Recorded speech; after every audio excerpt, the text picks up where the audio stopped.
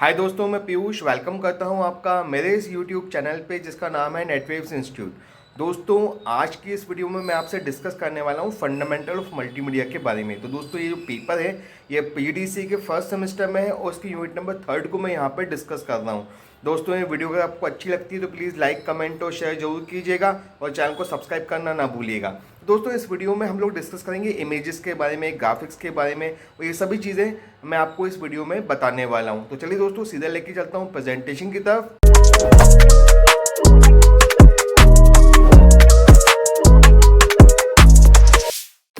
तो दोस्तों, आता हूँ मैं सिलेबस के ऊपर। सबसे पहले हम यूनिट नंबर 3 का सिलेबस डिस्कस करेंगे। तो दोस्तों, यूनिट नंबर 3 जो है वो इमेजेस के बारे में है। इस वाली यूनिट में ये बताया गया है कि इमेजेस या ग्राफिक्स मल्टीमीडिया में क्या होते हैं, उनकी इम्पोर्टेंस क्या होती है, इमेजेस कितने प्रकार की होती हैं, तरीके से उसको ड्रॉ किया जाता है, इमेजेस को किस तरीके से फॉर्म किया जाता है, इमेज कैप्चरिंग मेथड्स क्या होते हैं, इसके अलावा इमेज के एट्रीब्यूट्स क्या होते हैं, इसके अलावा इमेज के फाइल फॉर्मेट्स क्या होते हैं। तो दोस्तों, ये था यूनिट नंबर 3 का सिलेबस।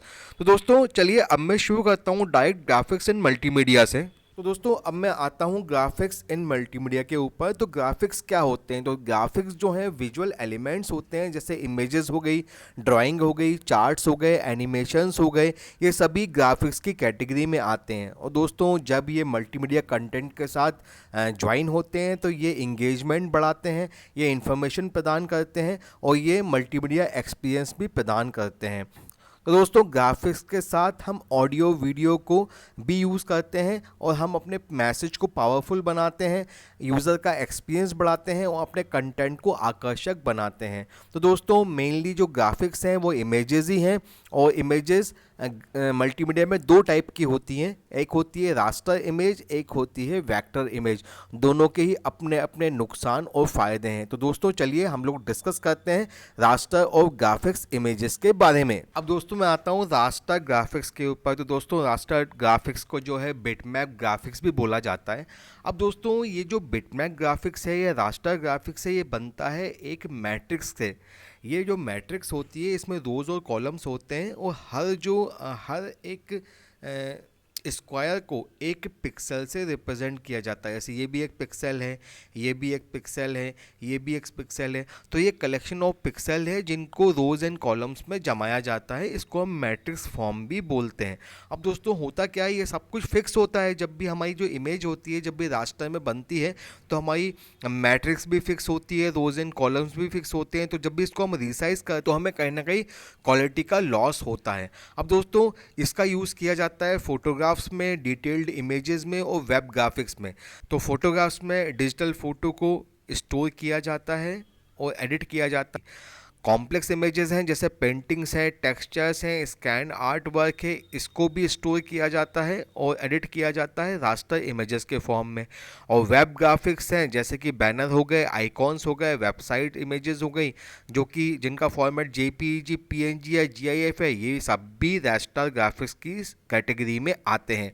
अब दोस्तों, मैं आता हूँ इसके कैरेक्टरिस्टिक्स के ऊपर। सबसे पहला कैरेक्टरिस्टिक है pixel based.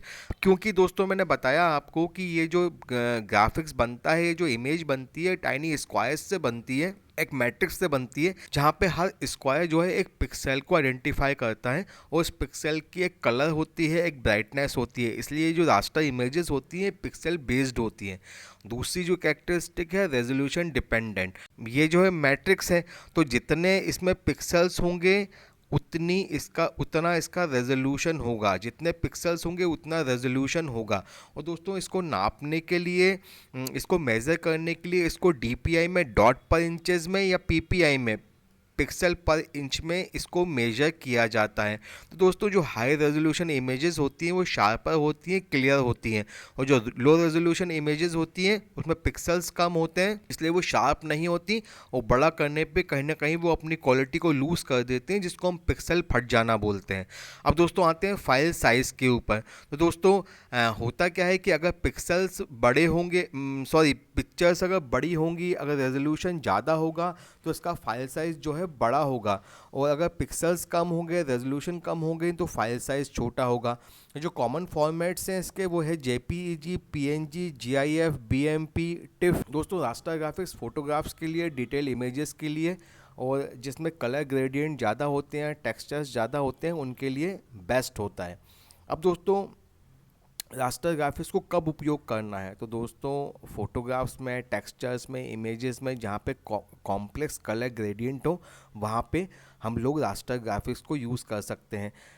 Scanned art work में, एग्जिस्टिंग फोटोग्राफ्स में हम रास्टर ग्राफिक्स को यूज़ कर सकते हैं, या वेब ग्राफिक्स में भी हम रास्टर ग्राफिक्स को यूज़ कर सकते हैं। तो दोस्तों लगभग सभी पिक्चर्स जो कि वेब की हैं, जिसमें कलर ग्रेडियंट है, जिसमें टेक्सचर्स है, उन सभी में वो सभी पिक्चर्स जो हैं रास्टर ग्राफिक्स के फॉर्म में होती हैं, या वो सभी पिक्चर्स जो हैं रास्टर ग्राफिक्स की टेक्नोलॉजी को यूज़ करके बनाई जाती हैं।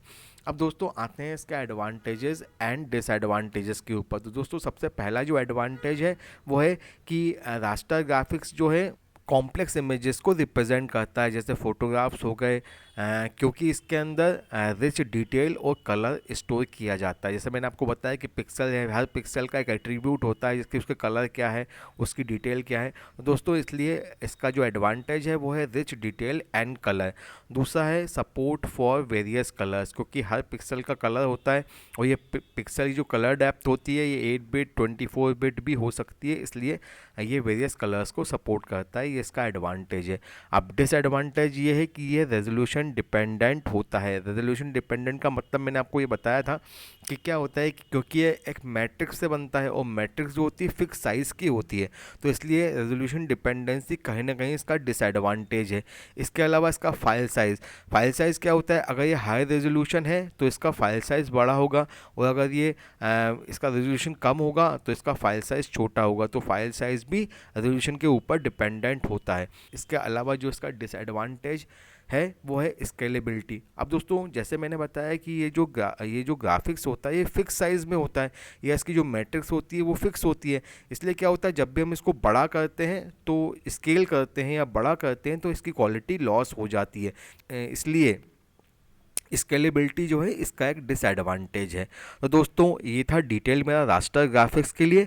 अब दोस्तों आता हूँ मैं वेक्टर ग्राफिक्स के ऊपर। अब दोस्तों वेक्टर ग्राफिक्स को बनाने के लिए हमें पिक्सल की रिक्वायरमेंट नहीं होती, ये मैथमेटिकल इक्वेशन से बनता है। इस इक्वेशंस में हम लाइन को, कर्व्स को, शेप्स को लेते हैं, उसके हिसाब से हम उसको ड्रॉ करते हैं, इसलिए ये रेजोल्यूशन डिपेंडेंट नहीं होता और इसको स्केलेबल होता है। ये इसको हम बड़ा छोटा भी कर सकते हैं, क्योंकि इसको बनाने के लिए हम लोग इक्वेशंस का यूज़ करते हैं, जिसमें हम लाइंस को डिफाइन करते हैं, शेप्स को डिफाइन करते हैं, कर्व्स को डिफाइन करते हैं, इसलिए ये स्केलेबल होता है। हम इसको बड़ा और छोटा कर सकते हैं, और बड़ा और छोटा करने पे इसकी क्वालिटी का लॉस नहीं होता।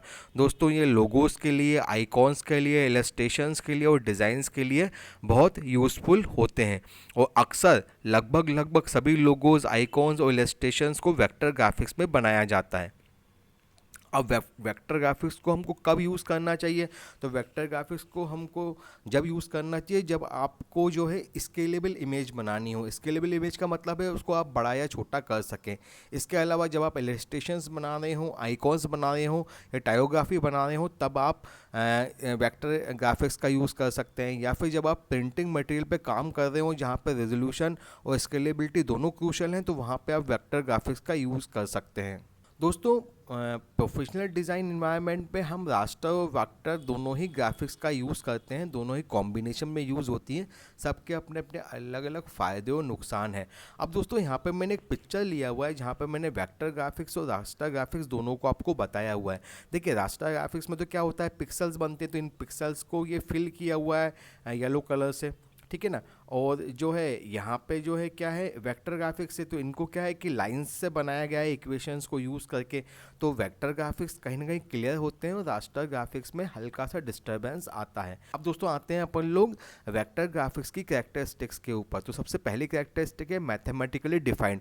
मैंने आपको बताया था कि जैसे वेक्टर इमेजेस को बनाने के लिए हम इक्वेशंस का यूज़ करते हैं, ज्योमेट्रिकल शेप्स का यूज़ करते हैं, पॉइंट्स, लाइन्स, कर्व्स का यूज़ करते हैं, पॉलीगॉन्स का यूज़ करते हैं।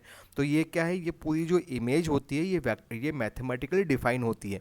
दूसरा, ये रेजोल्यूशन इंडिपेंडेंट होती है, क्योंकि अब इसमें पिक्सल का काम तो रहा नहीं, कोई मैट्रिक्स तो इसमें बनती नहीं है, क्योंकि इसको बनाने के लाइंस का यूज़ किया जाता है, इसलिए यह रेजोल्यूशन इंडिपेंडेंट होती है। अब दोस्तों, रेजोल्यूशन इंडिपेंडेंट होने के कारण इसका फाइल साइज़ भी छोटा होता है, क्योंकि इसमें क्या होता है कि रेजोल्यूशन तो होता नहीं है, कोई मैट्रिक्स साइज़ तो होती नहीं है, इसको बनाने के लिए मैथमेटिक्स का यूज़ किया जाता है और मैथमेटिक्स के इक्वेशंस का यूज़ किया जाता है, तो इसलिए इसका जो फाइल साइज़ होता है वो छोटा होता है। दोस्तों, इसके कॉमन फॉर्मेट्स हैं SVG, जिसको हम स्केलेबल वेक्टर ग्राफिक्स बोलते हैं, AI जिसको adobe Illustrator, EPS encapsulated photo scripts, PDF भी जो है हमारा जो है वेक्टर ग्राफिक्स ही होता है, और DFX ड्राइंग एक्सचेंज फॉर्मेट, ये भी हमारा वेक्टर ग्राफिक्स ही होता है। अब दोस्तों आते हैं हम वेक्टर ग्राफिक्स के एडवांटेजेस के ऊपर। तो दोस्तों, सबसे पहला एडवांटेज है स्केलेबिलिटी। आप इसको बड़ा और छोटा कर सकते हैं, कभी भी आपकी क्वालिटी का लॉस नहीं होगा। सेकंड जो एडवांटेज है वो है स्मॉलर फाइल साइज। इसका फाइल साइज हमेशा स्मॉल रहेगा रास्टर ग्राफिक्स की अपेक्षा। इसके अलावा जो है एडिटेबिलिटी, आसानी से मैनिपुलेटेड है ये और इसको आसानी से एडिट किया जा सकता है। प्रिंटिंग क्वालिटी इसकी बहुत हाई आती है रास्टर ग्राफिक्स की अपेक्षा। अब दोस्तों आते हैं इसके डिसएडवांटेज की तरफ। तो डिसएडवांटेज क्या होता है? सबसे पहला डिसएडवांटेज है लिमिटेड डिटेल। अब क्योंकि दोस्तों ग्राफिक्स जो है ये जो वेक्टर ग्राफिक्स है ये इक्वेशन से बनता है, इसमें कलर वगैरह ज़्यादा इन्वॉल्व नहीं होते, इसलिए क्या होता है इसमें जो इमेज की डिटेल होती है बहुत लिमिटेड होती है, मतलब बहुत हाई कलर्स आपको देखने के लिए नहीं मिलेंगे इसके अंदर। इसके अलावा दोस्तों जो अगला लिमिटेशन है वो है लर्निंग कर्व। अब दोस्तों लर्निंग कर्व से मतलब मेरा ये है कि यहाँ पे अगर आपको वेक्टर ग्राफिक्स पे काम करना हो तो आपको स्पेशल सॉफ्टवेयर की रिक्वायरमेंट रहेगी, जैसे एडोब इलस्ट्रेटर हो गया या कोरल ड्रॉ हो गया, जो कि कर्व को और रास्टर इमेजेस को समझ के आसानी से उस पर काम कर सकते हैं। अब दोस्तों इसका कॉमन यूज़ कहाँ पे होता है? लोगोज में, आइकॉन्स में इसका यूज़ होता है, ऐप और वेब डिज़ाइन में इसका यूज़ होता है।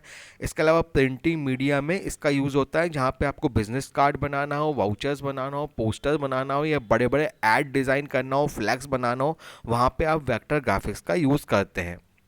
अब दोस्तों देखिए यहाँ पे मैंने एक डिफरेंस भी आपको समझाया हुआ है पिक्चर के माध्यम से या इमेजेस के माध्यम से। देखिए रियल वर्ल्ड की पिक्चर है, अगर आप वेक्टर ग्राफिक्स में इसको बनाएंगे ना तो ये इस तरह से दिखेगी, लेकिन अगर रास्टर में बनाएंगे तो ये इमेज आपको इस तरह से दिखेगी, क्योंकि यहाँ पे मैट्रिक्स होता है। और दोस्तों अगर आप इसको देखेंगे तो देखिए वेक्टर इमेजेस आपकी इस तरह से डिस्प्ले होंगी, बहुत क्लियर इमेज है यहाँ पर, क्योंकि इसको उससे बनाया गया है। और ये रास्टर इमेजेस है, ये स्केलेबल नहीं है, इसको स्केल करने पर इसके पिक्सल्स फट जाएंगे अगर ये छोटी इमेज होगी। तो दोस्तों ये था मेरा रास्टर और वेक्टर इमेजेस का डिस्क्रिप्शन। अब दोस्तों इन दोनों के बीच में डिफरेंस मैंने यहाँ पे एक टेबल के माध्यम से समझाया हुआ है, तो उसको आप देखिए, पूरा रिवीजन आपका हो जाएगा। सबसे पहला जो फीचर है वो कंपोजिशन है। तो रास्टर ग्राफिक्स कैसे बनती है? मेड ऑफ पिक्सेल्स, जिसमें फिक्स्ड ग्रिड रहती है और कलर डॉट्स होते हैं। ये वेक्टर ग्राफिक्स बनती है मेड ऑफ पाथ, जिसके अंदर लाइन, कर्व्स और शेप्स होते हैं। ये पहला है। सेकंड जो है रेजोल्यूशन, तो ये रेजोल्यूशन डिपेंडेंट होती है, पिक्सल बेस्ड होती है। ये रेजोल्यूशन इंडिपेंडेंट होती है और इसको बड़ा छोटा किया जा सकता है। स्केलेबिलिटी, ये स्केलेबल नहीं होती, अगर हम बड़ा करते हैं तो क्वालिटी का लॉस होता है। ये इनफाइनाइट स्केलेबल होती है, हम कितना भी बड़ा कर लें कभी भी क्वालिटी का लॉस नहीं होता। फाइल साइज़, तो दोस्तों रास्टर ग्राफिक्स में जो है फाइल साइज लार्ज होता है, क्योंकि ये रेजोल्यूशन के ऊपर डिपेंड करता है। और वेक्टर ग्राफिक्स में फाइल साइज स्मॉल होता है, क्योंकि सिंपल डिज़ाइंस में इसका उपयोग किया जाता है। इमेज डिटेल, इसमें हाई डिटेल्स होती है, ये फ़ोटोज़ के लिए और कॉम्प्लेक्स इमेजेस के लिए बहुत अच्छी है। पर इसमें क्या है, सिंपल डिज़ाइन होती है, लोगोस के लिए, इलस्ट्रेशंस के लिए यूज़ किया जाता है इसमें, इसलिए इसमें इमेज डिटेल्स ज़्यादा नहीं होती। अब दोस्तों आते हैं एडिटिंग के ऊपर। इसको एडिट करना डिफ़िकल्ट होता है बनाने के बाद, परंतु इसको वेक्टर ग्राफिक्स को एडिट करना आसान होता है, क्योंकि इसके अंदर हर कंपोनेंट को इंडिविजुअली मॉडिफाई किया जाता है। जो कॉमन फॉर्मेट्स हैं रास्टर ग्राफिक्स के वो हैं JPG, PNG, GIF, BMP, TIFF, PSD, raw. और दोस्तों जो कॉमन फॉर्मेट हैं वेक्टर ग्राफिक्स के वो हैं SVG, AI, EPS, PDF, DXF। अब दोस्तों रास्टर ग्राफिक्स की जो इमेजेस हैं वो बेस्ट होती हैं फोटोग्राफ्स के लिए, डिटेल इमेजेस के लिए, टेक्सचर्स के लिए। और वेक्टर ग्राफिक की जो इमेजेस होती हैं वो बेस्ट होती हैं लोगोस के लिए, आइकॉन्स के लिए, इलस्ट्रेशंस के लिए और स्केलेबल डिज़ाइन के लिए। अब दोस्तों आते हैं प्रिंट के ऊपर। तो दोस्तों हाई क्वालिटी प्रिंट और हाई रेजोल्यूशन के लिए हम लोग रास्टर ग्राफिक्स का यूज़ करेंगे। लेकिन अगर हमें एक्सीलेंट प्रिंटिंग चाहिए किसी भी साइज़ की तो आप वेक्टर ग्राफिक्स का यूज़ करेंगे। ठीक है, इसके अलावा वेब यूज़ के ऊपर आते हैं तो वेब यूज़ में रास्टर ग्राफिक्स ही चलता है, क्योंकि इसकी इमेज साइज़ बहुत डिटेल होती है, इमेज साइज़ भी इसका छोटा होता है और यहाँ पे ये स्केलेबल होती है, इसलिए ये वेब ग्राफिक्स के लिए यूज़ की जाती है। तो दोनों को ही वेब ग्राफिक्स के लिए आप यूज़ कर सकते हो। वेब इमेजेस में आप रास्टर को यूज़ कर सकते हो और वेब ग्राफिक्स के लिए आप वेक्टर को यूज़ कर सकते हो। तो दोस्तों ये था डिफरेंस रास्टर और वेक्टर ग्राफिक्स का। चलिए अब चलते हैं अगले टॉपिक के ऊपर। अब दोस्तों मैं आता हूँ अगले टॉपिक के ऊपर, जो है importance of graphics in multimedia. अब दोस्तों वैसे तो आप जानते हैं कि जो भी आपका कंटेंट है और वो कंटेंट आपका सिंपल टेक्स्ट में होगा तो वो इतना इंगेजिंग नहीं होगा, इतना इंटरेस्टिंग नहीं होगा। अगर आप उसमें ग्राफिक्स डाल देते हैं, इमेजेस डाल देते हैं, तो वो आपका कंटेंट इंटरेक्टिव भी हो जाएगा, इंटरेस्टिंग भी हो जाएगा और इंगेजिंग भी हो जाएगा। तो दोस्तों इसलिए ग्राफिक्स जो है मल्टीमीडिया में बहुत इंपॉर्टेंट है। अब दोस्तों इस इम्पोर्टेंस को मैंने किन्हीं पॉइंट्स में डिस्क्राइब किया हुआ है, तो आप इन पॉइंट्स को देखिए। सबसे पहला जो पॉइंट है वो है इन्हांसिंग विजुअल अपील। अब दोस्तों एक्चुअली होता क्या है कि अगर आपका जो कंटेंट है सिर्फ टेक्स्ट में लिखा रहेगा तो लगभग हर बंदा टेक्स्ट को पढ़ता नहीं है, लेकिन अगर उस टेक्स्ट के अंदर आप इमेजेस को डाल दोगे तो वो आपका कंटेंट कहीं ना कहीं अट्रैक्टिव और इंगेजिंग हो जाएगा। और दूसरी बात दोस्तों यहाँ पे कम्युनिकेशन ऑफ इन्फॉर्मेशन की आती है। तो दोस्तों इसमें क्या है, जैसे कि क्या है, आप जो कॉम्प्लेक्स इन्फॉर्मेशन है, जो डेटा है, अगर आप उसको लिखोगे टेक्स्ट में तो वो डाटा कोई पढ़ता नहीं है, वो डाटा समझ में भी नहीं आता। लेकिन वहीं उस डाटा को आप ग्राफिक्स के माध्यम से समझाओगे या टेबल के माध्यम से समझाओगे तो वो बहुत ज़्यादा अपीलिंग भी होगा और वो कंटेंट को क्लियर और सिंप्लीफाई भी करेगा। इसके अलावा दोस्तों इसके अंदर एक और पॉइंट है विजुअल स्टोरी टेलिंग।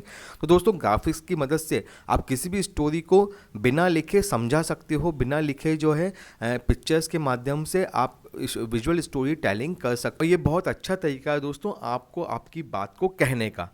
अब दोस्तों जो अगला पॉइंट है वो है इंगेजिंग यूज़र एक्सपीरियंस। अब दोस्तों एक्चुअली होता क्या है कि अगर आपने टेक्स्ट लिखा हुआ है तो उसमें आधे लोग टेक्स्ट पढ़ते हैं, आधे लोग नहीं पढ़ते हैं। लेकिन अगर आपको यूज़र को इंगेज करना है आपके कंटेंट से तो आप उसमें इंटरेक्टिविटी प्रदान कर सकते हो with the help of graphics. Graphics के माध्यम से इंटरेक्टिविटी प्रदान कर सकते हो। आप फॉर्म्स के माध्यम से जो है यूज़र का फीडबैक ले सकते हो। तो दोस्तों इससे क्या होता है कि आपके कंटेंट में यूज़र का इंगेजमेंट बढ़ता है, यूज़र देखता है। आप क्विज, जैसे कि एक एग्जांपल के लिए मैं बता रहा हूँ यहाँ पे कि आप अपने कंटेंट में इमेजेस के माध्यम से क्विज को ले सकते हो। तो क्विज से क्या होगा कि यूज़र की इंटरेक्टिविटी बढ़ेगी, यूज़र का इंगेजमेंट बढ़ेगा। इस तरीके से आप विभिन्न तरीकों को यूज़ करके यूज़र की इंगेजमेंट को अपने कंटेंट पे बढ़ा सकते हो और ये सब होता है ग्राफिक्स की मदद से, इमेजेस की मदद से। दोस्तों अगला जो है वो है क्रिएटिंग इमोशन एंड मूड्स। अब दोस्तों क्या है, जैसे आपने कोई भी कंटेंट है आपका, उसमें सिर्फ टेक्स्ट लिख दिया है तो दोस्तों वो कहीं ना कहीं इमोशन को इम्पैक्ट नहीं करता है। पर वहीं पे आपके कंटेंट में, आपकी स्टोरी में अगर आपने इमेजेस को शामिल कर दिया है तो वो कहीं ना कहीं यूज़र के इमोशन और मूड को भी अफेक्ट करता है। इसके अलावा दोस्तों जो अगला पॉइंट है वो है सपोर्टिंग विजुअल लर्निंग एंड रेटेशन। अब दोस्तों एक्चुअली होता क्या है कि सभी लोग जानते हैं, स्टडीज़ से भी साबित हुआ है कि जो पढ़ा हुआ है वो बहुत कम याद रहता है, पर अगर आपने उसको देखा हुआ है, विजुअली उसको एक्सप्लोर किया हुआ है तो वो ज़्यादा देर तक याद रहता है। अगर आपने इमेजेस का यूज़ अपने कंटेंट में किया है तो आपका कंटेंट यूज़र को बहुत समय तक ध्यान रह सकता है। और दोस्तों जैसे मैं यहाँ पर ट्यूटोरियल दे रहा हूँ, डिमॉन्स्ट्रेशन दे रहा हूँ, तो इसमें भी अगर आप जो सिर्फ टेक्स्ट है उनको लिखोगे तो वो इतना अट्रैक्टिव नहीं होगा। पर अगर आप उसमें टेक्स्ट के अंदर इमेजेस को डाल देते हो, टेक्स्ट के अंदर अपने ग्राफिक्स को डाल देते हो तो वो कहीं ज़्यादा अट्रैक्टिव लगता है। दोस्तों लास्ट पॉइंट जो है वो है एडिंग एसेसिबिलिटी एंड यूजिबिलिटी। अब दोस्तों आप एक बात बताइए, हर आदमी इतना पढ़ा लिखा नहीं होता, ना हर आदमी को इतना समझ में आता है। अगर आप अपने कंटेंट में इमेजेस को इंक्लूड कर देते हो तो ये उन लोगों के लिए बहुत हेल्पफुल हो जाएगा जिनकी लिटरेसी रेट जो है वो लिमिटेड है। मतलब जो कम पढ़ लिख सकते हैं, जो चीज़ों को समझ नहीं सकते, वो क्या करते हैं, पिक्चर्स को देख के आसानी से उन चीज़ों को समझ सकते हैं। ठीक है, तो दोस्तों ये कुछ इम्पोर्टेंस थे ग्राफिक्स के मल्टीमीडिया के अंदर। अब दोस्तों मैं आता हूँ इमेज कैप्चरिंग मेथड्स के ऊपर। तो दोस्तों इमेज कैप्चरिंग मेथड एक प्रोसेस है जिसकी सहायता से हम अपने इमेजेस को डिजिटल इमेजेस में कन्वर्ट करते हैं, अपने डॉक्यूमेंट्स को डिजिटल डॉक्यूमेंट्स में कन्वर्ट करते हैं। और दोस्तों इसको कन्वर्ट करने के लिए हमें विभिन्न डिवाइसेज और टेक्नोलॉजीज़ की सहायता लेनी पड़ती है। अब दोस्तों ये जो इमेजेस हम कन्वर्ट करते हैं, ये फोटोग्राफ्स हो सकते हैं, ग्राफिक्स हो सकते हैं या मोशन पिक्चर्स हो सकते हैं। अब इसको कन्वर्ट करने के लिए हमारे पास प्राइमरी दो मेथड्स होती हैं, एक तो होता है स्कैनर, दूसरा होता है डिजिटल कैमरा। इन दोनों की सहायता से हम अपने डॉक्यूमेंट्स को डिजिटाइज कर सकते हैं, हम अपने डॉक्यूमेंट्स को डिजिटल इमेजेस में कन्वर्ट कर सकते हैं। अब दोस्तों इसके अलावा भी और डिवाइसेस भी होते हैं, जैसे मेडिकल इमेजिंग के लिए भी डिवाइसेस होते हैं, सैटेलाइट इमेजिंग के भी डिवाइसेस होते हैं। तो चलिए अब मैं डिस्कस करता हूँ थोड़ा डिटेल में इसको। सबसे पहले मैं लेता हूँ स्कैनर्स के बारे में। अब दोस्तों स्कैनर क्या है? स्कैनर एक ऐसा डिवाइस है जो हमारे फिजिकल डॉक्यूमेंट को, हमारे फोटोग्राफ्स को, हमारी ड्राइंग्स को डिजिटल इमेजेस में कन्वर्ट करता है। दोस्तों स्कैनर बहुत प्रकार के होते हैं और सभी स्कैनर्स का काम अलग अलग होता है। जैसे फ्लैट बेड स्कैनर हो गया, हैंडल्ड स्कैनर हो गया, डर्म स्कैनर्स हो गया, इन सभी स्कैनर का काम अलग अलग होता है। लेकिन सभी का जो मेन उद्देश्य है वो यही है कि हमारा जो प्रिंटिंग मटेरियल है या फिर जो भी हमारी फिजिकल कॉपी है उसको डिजिटाइज्ड करना। अब दोस्तों ये काम कैसे करते हैं? लगभग सभी स्कैनर्स एक ही तरीके से काम करते हैं। सबसे ऊपर तो दोस्तों स्कैनर में लगी होती है एक ग्लास प्लेट, जहाँ पर हम अपने डॉक्यूमेंट को प्लेस करते हैं। देखिए यहाँ पे वो डॉक्यूमेंट है जिसको हमको प्लेस करना है और ये हमारी ग्लास प्लेट है। अब इसके अलावा दोस्तों यहाँ पे क्या होता है कि एक तो मूवेबल लाइट सोर्स होता है, ठीक है, ये दोनों मूवेबल लाइट सोर्स साथ में चलते हैं, ये वाला और ये वाला। और दोस्तों ये जो मूवेबल लाइट सोर्स है ये लाइट को रिफ्लेक्ट करता है इस डॉक्यूमेंट के ऊपर, और वो डॉक्यूमेंट से लाइट रिफ्लेक्ट होकर यहाँ पे आती है इस मिरर के ऊपर, और इस मिरर से जाती है इस फिक्स्ड मिरर के ऊपर। इस फिक्स्ड मिरर से वो रिफ्लेक्ट होती है और जाती है सीसीडी कैप्चर डिवाइस में, जहाँ पर इसको कैप्चर किया जाता है।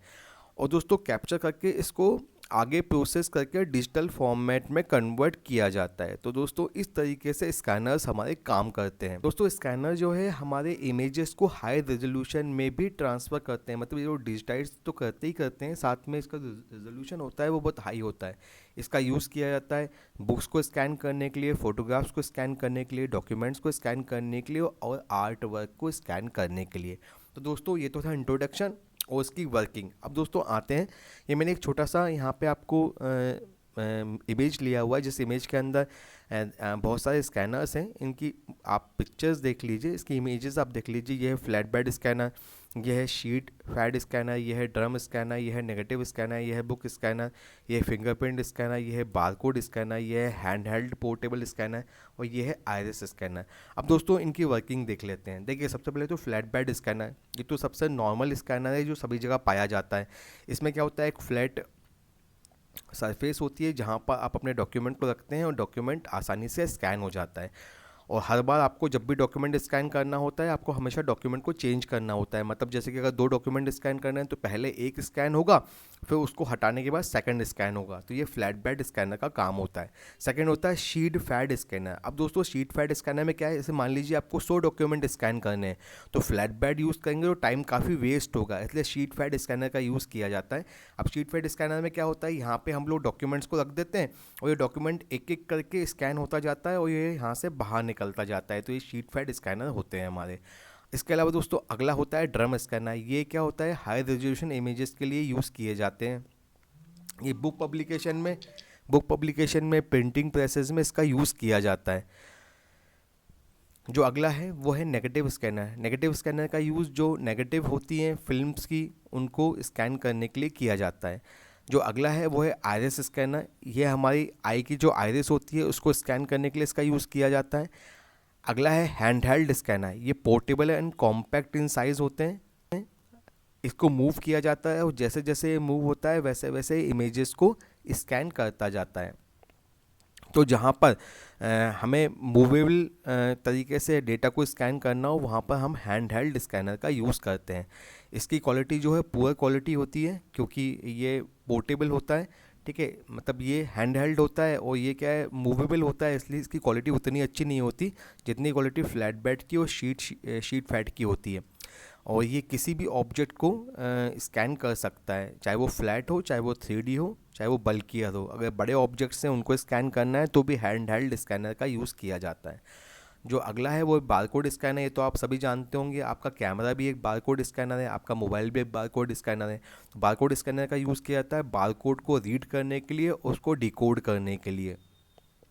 इसका यूज़ इन्वेंट्री मैनेजमेंट में, लॉजिस्टिक में, लाइब्रेरी में, सेल परचेज में किया जाता है। इसके अलावा अगला है फिंगरप्रिंट स्कैनर। फिंगरप्रिंट स्कैनर का यूज़ किया जाता है फिंगरप्रिंट को स्कैन करने के लिए।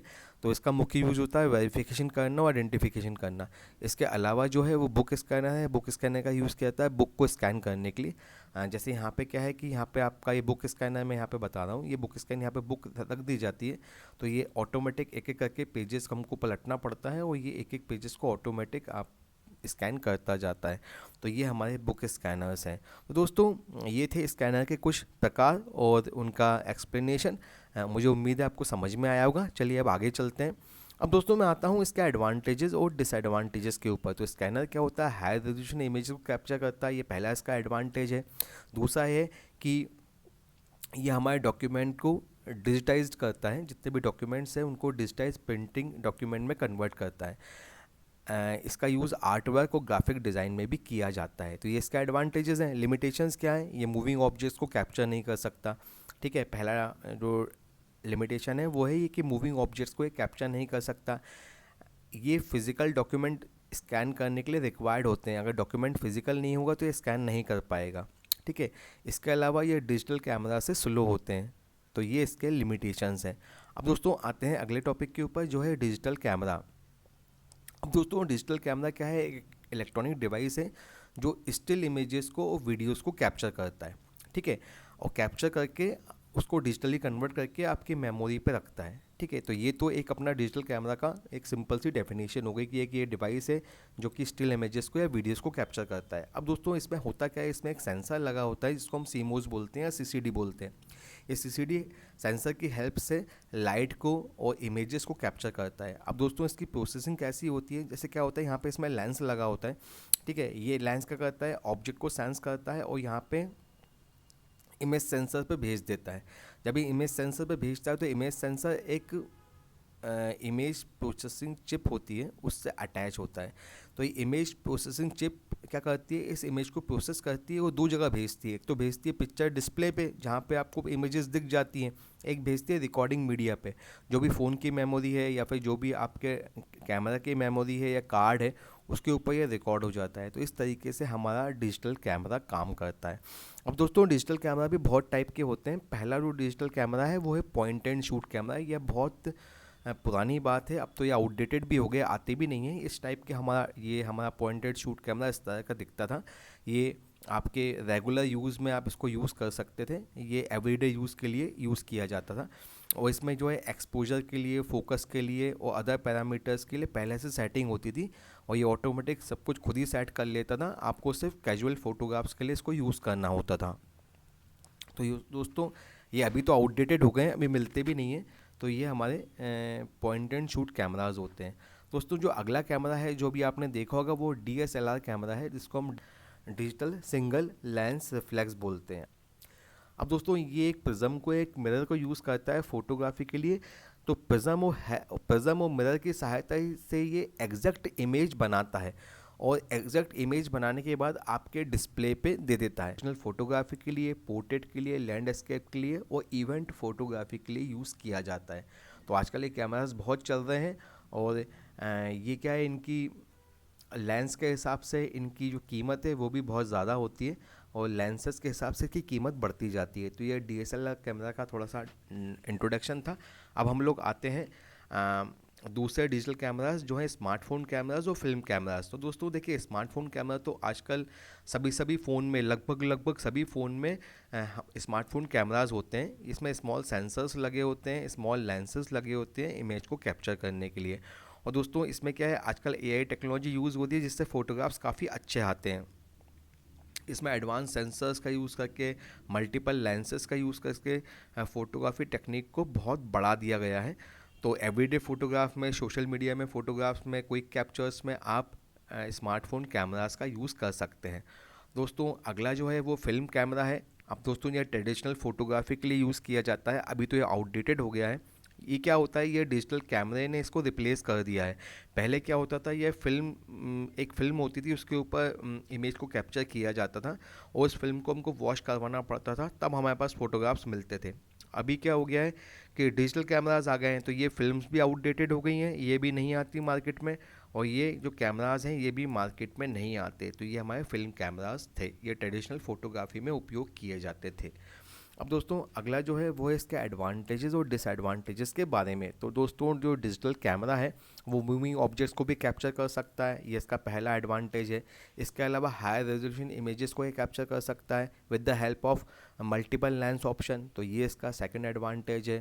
तो स्टिल इमेजेस हाथ के हाथ स्टोर भी हो जाती हैं, प्रीव्यू भी हो जाती हैं, ये इसका तीसरा एडवांटेज है। अगला एडवांटेज है इसका साइज़ और रेंजेस और प्राइजेस के बारे में। तो दोस्तों आपको जिस साइज़ का कैमरा चाहिए, जिस प्राइस का कैमरा चाहिए, ये उसमें अवेलेबल है। आपको हाई प्राइस का कैमरा चाहिए तो आप हाई प्राइस का कैमरा ले सकते हैं, अगर आपको लो प्राइस का कैमरा चाहिए तो आप लो प्राइस का कैमरा भी ले सकते हैं। तो ये इसका एडवांटेजेस है। अब लिमिटेशंस पे आते हैं, तो लिमिटेशंस पे कॉस्ट की बात है। जितना हाई क्वालिटी आप कैमरा लेंगे उतना कॉस्ट बढ़ता जाएगा, तो ये कॉस्टली या एक्सपेंसिव हो सकते हैं। सेकंड बात इसकी बैटरी लाइफ है। अगर आप लार्ज स्क्रीन कैमरा ले रहे हैं, हाई रेजोल्यूशन सेंसर्स ले रहे हैं, तो वो लॉट ऑफ पावर को कंज्यूम करते हैं और बैटरी लाइफ जो है इसकी जल्दी चली जाती है। तो ये बैटरी लाइफ की प्रॉब्लम जो है कैमराज में भी होती है। इसके अलावा आते हैं लर्निंग कर्व्स। तो दोस्तों लर्निंग कर्व का मतलब ये होता है कि अभी जो प्रोफेशनल कैमराज आते हैं उसमें बहुत सारे ऑप्शंस होते हैं। उन ऑप्शंस को यूज़ करने के लिए आपको फ़ोटोग्राफी को पढ़ना पड़ेगा। मतलब इसमें बहुत सारी चीज़ें होती हैं, लेंस ऑप्शन होते हैं, कलर कंट्रोल्स होते हैं, आपका लाइट कंट्रोल्स होते हैं। तो अगर आप प्रोफेशनल फ़ोटोग्राफ़र हैं और अगर आपने फ़ोटोग्राफी का कोई कोर्स किया हुआ है, तभी आप इन कैमरास को यूज़ कर पाएंगे। तो दोस्तों ये बहुत बड़ी प्रॉब्लम है कि अगर फ़ोटोग्राफ़र हैं, आपने फ़ोटोग्राफी का कोर्स किया है, तो जितने बड़े कैमराज आते हैं आप उनको आसानी से यूज़ कर पाएंगे।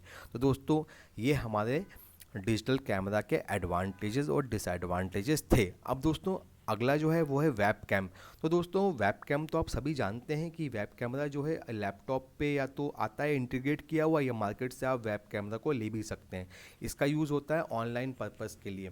आपको लाइव जो स्ट्रीमिंग होती है, आपका वीडियो कॉल होता है, वीडियो कॉन्फ्रेंसिंग होती है, उसमें आप वेब कैमरा का यूज़ कर सकते हैं। इसका एडवांटेजेस हैं कि रियल टाइम कम्युनिकेशन में और वीडियो कॉल्स में यूज़ किया जाता है।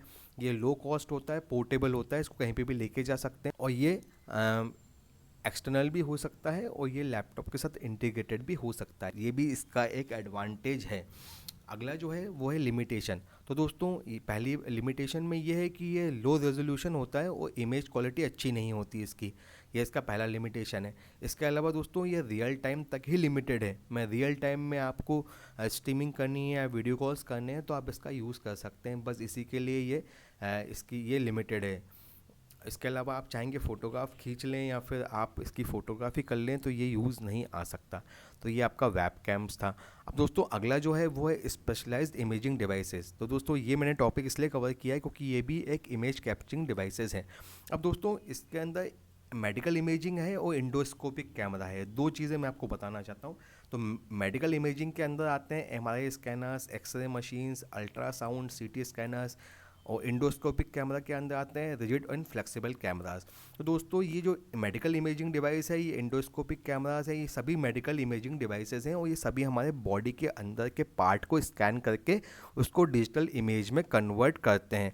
जैसे देखिए यहाँ पे साइड में एक्सरे मशीन दी हुई है, ठीक है, ये एक्सरे करने के लिए काम आती है। ये एमआरआई है, ये एमआरआई करने के काम आती है। अल्ट्रासाउंड है, अल्ट्रासाउंड करने के काम आती है।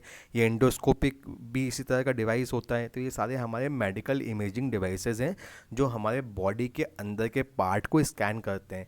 इसके अलावा दोस्तों एक और लिया हुआ है सैटेलाइट इमेजिंग। तो देखिए यहाँ पे मैंने सैटेलाइट इमेजिंग लिया हुआ है।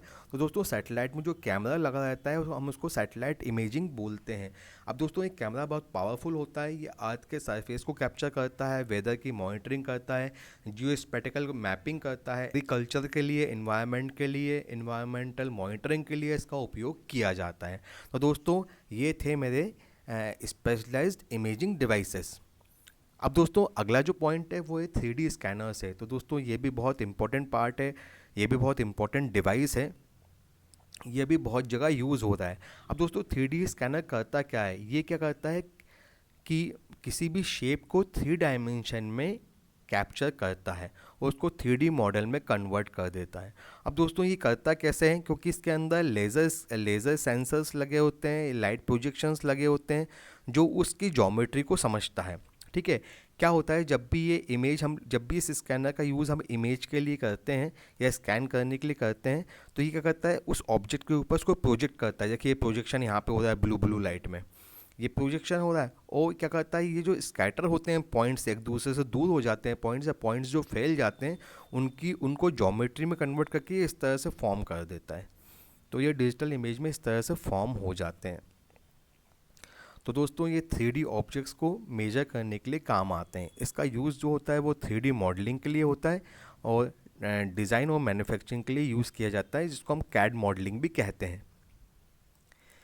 इसका उपयोग एंटरटेनमेंट में, गेमिंग में और 3D मॉडल्स में किया जाता है, 3D मॉडल्स कन्वर्ट करने के लिए किया जाता है।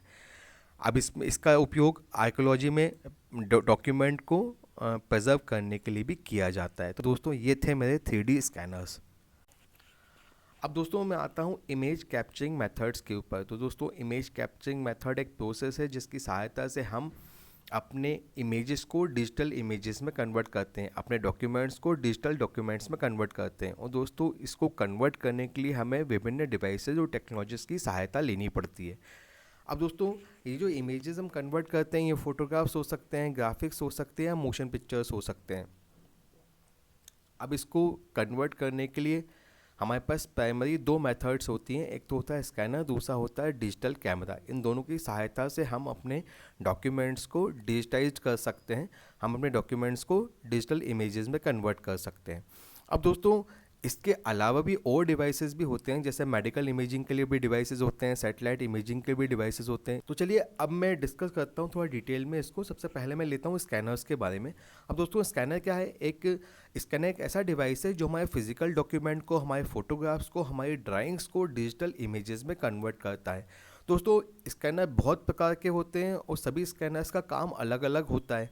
जैसे फ्लैट बेड स्कैनर हो गया, हैंडल्ड स्कैनर हो गया, डर्म स्कैनर्स हो गया, इन सभी स्कैनर का काम अलग अलग होता है।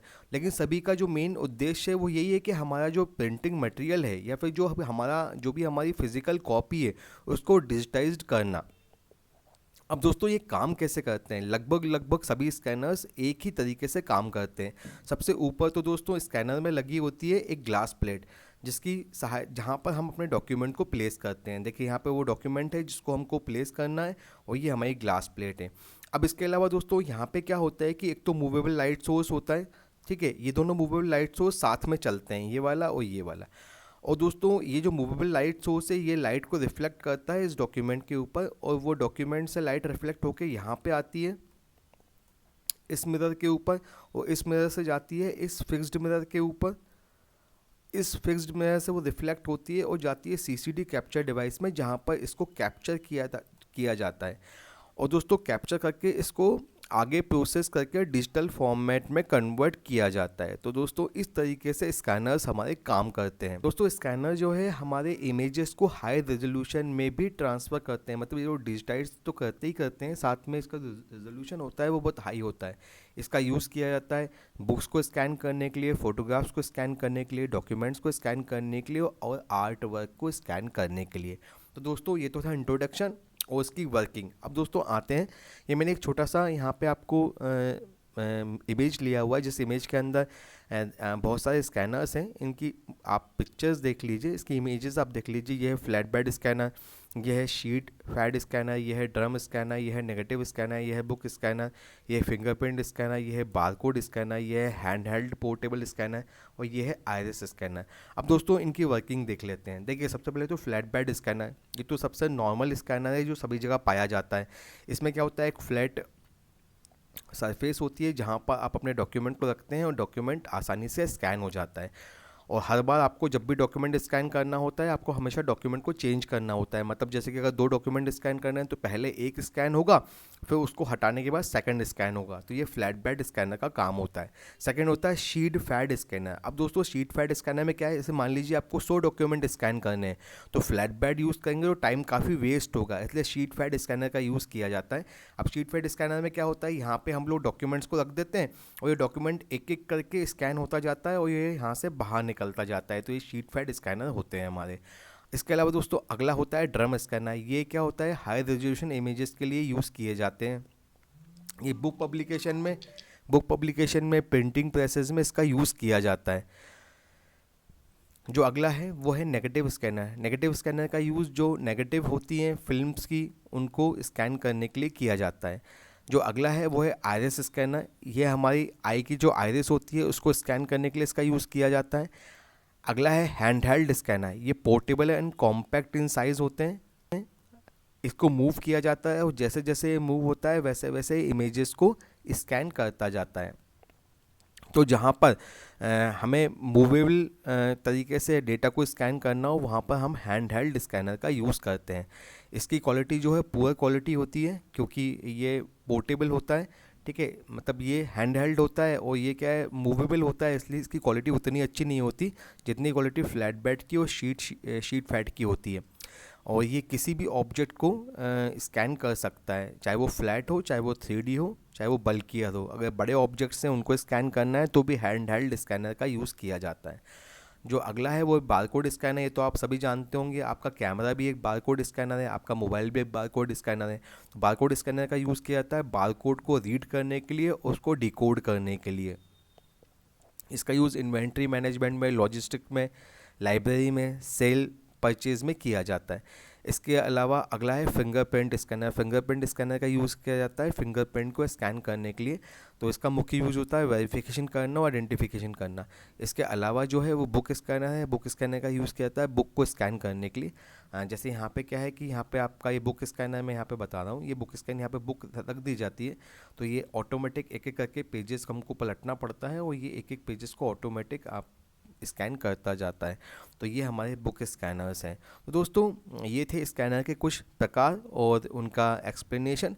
मुझे उम्मीद है आपको समझ में आया होगा। चलिए अब आगे चलते हैं। अब दोस्तों मैं आता हूँ इसके एडवांटेजेस और डिसएडवांटेजेस के ऊपर। तो स्कैनर क्या होता है, हाई रेजोल्यूशन इमेज को कैप्चर करता है, ये पहला इसका एडवांटेज है। दूसरा है कि ये हमारे डॉक्यूमेंट को डिजिटाइज्ड करता है, जितने भी डॉक्यूमेंट्स हैं उनको डिजिटाइज प्रिंटिंग डॉक्यूमेंट में कन्वर्ट करता है। इसका यूज़ आर्ट वर्क और ग्राफिक डिज़ाइन में भी किया जाता है। तो ये इसका एडवांटेजेस हैं। लिमिटेशंस क्या है, ये मूविंग ऑब्जेक्ट्स को कैप्चर नहीं कर सकता, ठीक है। पहला जो लिमिटेशन है वो है ये कि मूविंग ऑब्जेक्ट्स को ये कैप्चर नहीं कर सकता। ये फिज़िकल डॉक्यूमेंट स्कैन करने के लिए रिक्वायर्ड होते हैं, अगर डॉक्यूमेंट फिज़िकल नहीं होगा तो ये स्कैन नहीं कर पाएगा, ठीक है। इसके अलावा ये डिजिटल कैमरा से स्लो होते हैं, तो ये इसके लिमिटेशंस हैं। अब दोस्तों आते हैं अगले टॉपिक के ऊपर जो है डिजिटल कैमरा।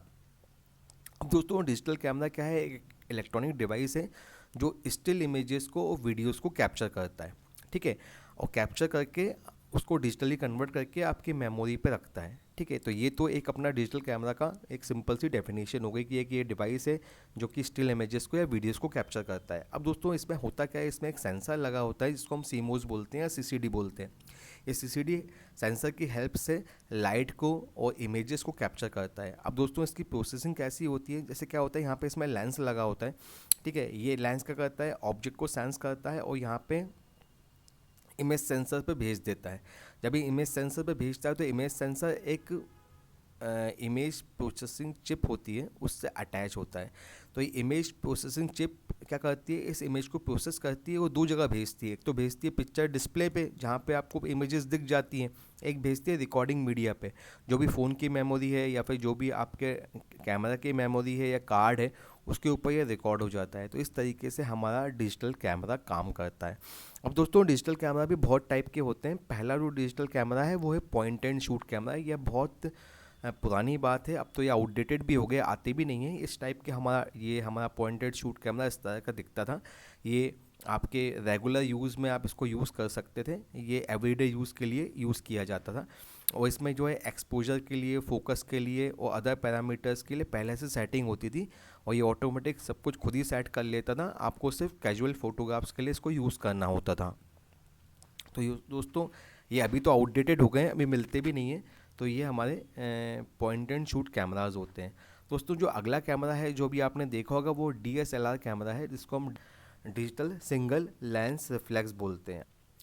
अब दोस्तों ये एक प्रिज्म को, एक मिरर को यूज़ करता है फोटोग्राफी के लिए। तो प्रिज्म और मिरर की सहायता से ये एग्जैक्ट इमेज बनाता है और एग्जैक्ट इमेज बनाने के बाद आपके डिस्प्ले पे दे देता है। नेशनल फोटोग्राफी के लिए, पोर्ट्रेट के लिए, लैंडस्केप के लिए और इवेंट फोटोग्राफी के लिए यूज़ किया जाता है। तो आजकल ये कैमरास बहुत चल रहे हैं और ये क्या है, इनकी लेंस के हिसाब से इनकी जो कीमत है वो भी बहुत ज़्यादा होती है और लेंसेज के हिसाब से इसकी कीमत बढ़ती जाती है। तो ये DSLR कैमरा का थोड़ा सा इंट्रोडक्शन था। अब हम लोग आते हैं दूसरे डिजिटल कैमरास जो हैं स्मार्टफोन कैमरास और फिल्म कैमरास। तो दोस्तों देखिए, स्मार्टफोन कैमरा तो आजकल सभी फ़ोन में, लगभग सभी फ़ोन में स्मार्टफोन कैमरास होते हैं। इसमें स्मॉल सेंसर्स लगे होते हैं, स्मॉल लेंसेज लगे होते हैं इमेज को कैप्चर करने के लिए। और दोस्तों इसमें क्या है, आजकल AI टेक्नोलॉजी यूज़ होती है जिससे फ़ोटोग्राफ्स काफ़ी अच्छे आते हैं। इसमें एडवांस सेंसर्स का यूज़ करके, मल्टीपल लेंसेज का यूज़ करके फ़ोटोग्राफी टेक्निक को बहुत बढ़ा दिया गया है। तो एवरीडे फ़ोटोग्राफ में, सोशल मीडिया में, फ़ोटोग्राफ्स में, क्विक कैप्चर्स में आप स्मार्टफोन कैमरास का यूज़ कर सकते हैं। दोस्तों अगला जो है वो फिल्म कैमरा है। अब दोस्तों ये ट्रेडिशनल फ़ोटोग्राफी के लिए यूज़ किया जाता है, अभी तो ये आउटडेटेड हो गया है। ये क्या होता है, ये डिजिटल कैमरे ने इसको रिप्लेस कर दिया है। पहले क्या होता था, ये एक फ़िल्म होती थी, उसके ऊपर इमेज को कैप्चर किया जाता था और उस फिल्म को हमको वॉश करवाना पड़ता था, तब हमारे पास फ़ोटोग्राफ्स मिलते थे। अभी क्या हो गया है कि डिजिटल कैमरास आ गए हैं, तो ये फिल्म्स भी आउटडेटेड हो गई हैं, ये भी नहीं आती मार्केट में और ये जो कैमरास हैं ये भी मार्केट में नहीं आते। तो ये हमारे फिल्म कैमरास थे, ये ट्रेडिशनल फ़ोटोग्राफी में उपयोग किए जाते थे। अब दोस्तों अगला जो है वो है इसके एडवांटेजेस और डिसएडवांटेजेस के बारे में। तो दोस्तों जो डिजिटल कैमरा है वो मूविंग ऑब्जेक्ट्स को भी कैप्चर कर सकता है, ये इसका पहला एडवांटेज है। इसके अलावा हाई रेजोल्यूशन इमेजेस को ये कैप्चर कर सकता है with the help of multiple lens option, तो ये इसका सेकंड एडवांटेज है। तो स्टिल इमेजेस हाथ के हाथ स्टोर भी हो जाती हैं, प्रीव्यू भी हो जाती हैं, ये इसका तीसरा एडवांटेज है। अगला एडवांटेज है इसका साइज़ और रेंजेस और प्राइजेस के बारे में। तो दोस्तों आपको जिस साइज़ का कैमरा चाहिए, जिस प्राइस का कैमरा चाहिए, ये उसमें अवेलेबल है। आपको हाई प्राइस का कैमरा चाहिए तो आप हाई प्राइस का कैमरा ले सकते हैं, अगर आपको लो प्राइस का कैमरा चाहिए तो आप लो प्राइस का कैमरा भी ले सकते हैं। तो ये इसका एडवांटेजेस है। अब लिमिटेशंस पे आते हैं। तो लिमिटेशंस पे कॉस्ट की बात है, जितना हाई क्वालिटी आप कैमरा लेंगे उतना कॉस्ट बढ़ता जाएगा, तो ये कॉस्टली या एक्सपेंसिव हो सकते हैं। सेकंड बात इसकी बैटरी लाइफ है। अगर आप लार्ज स्क्रीन कैमरा ले रहे हैं, हाई रेजोल्यूशन सेंसर्स ले रहे हैं, तो वो लॉट ऑफ पावर को कंज्यूम करते हैं और बैटरी लाइफ जो है इसकी जल्दी चली जाती है। तो ये बैटरी लाइफ की प्रॉब्लम जो है कैमराज में भी होती है। इसके अलावा आते हैं लर्निंग कर्व्स। तो दोस्तों लर्निंग कर्व का मतलब ये होता है कि अभी जो प्रोफेशनल कैमराज आते हैं उसमें बहुत सारे ऑप्शंस होते हैं। उन ऑप्शंस को यूज़ करने के लिए आपको फ़ोटोग्राफी को पढ़ना पड़ेगा। मतलब इसमें बहुत सारी चीज़ें होती हैं, लेंस ऑप्शन होते हैं, कलर कंट्रोल्स होते हैं, आपका लाइट कंट्रोल्स होते हैं। तो अगर आप प्रोफेशनल फ़ोटोग्राफ़र हैं और अगर आपने फ़ोटोग्राफी का कोई कोर्स किया हुआ है तभी आप इन कैमरास को यूज़ कर पाएंगे। तो दोस्तों ये बहुत बड़ी प्रॉब्लम है कि अगर फ़ोटोग्राफ़र हैं, आपने फ़ोटोग्राफी का कोर्स किया है, तो जितने बड़े कैमराज आते हैं आप उनको आसानी से यूज़ कर पाएंगे। तो दोस्तों ये हमारे डिजिटल कैमरा के एडवांटेजेस और डिसएडवांटेजेस थे। अब दोस्तों अगला जो है वो है वेब कैम। तो दोस्तों वेब कैम तो आप सभी जानते हैं कि वेब कैमरा जो है लैपटॉप पे या तो आता है इंटीग्रेट किया हुआ, या मार्केट से आप वेब कैमरा को ले भी सकते हैं। इसका यूज़ होता है ऑनलाइन पर्पस के लिए। आपको लाइव जो स्ट्रीमिंग होती है, आपका वीडियो कॉल होता है, वीडियो कॉन्फ्रेंसिंग होती है, उसमें आप वेब कैमरा का यूज़ कर सकते हैं। इसका एडवांटेजेस हैं कि रियल टाइम कम्युनिकेशन में और वीडियो कॉल्स में यूज़ किया जाता है।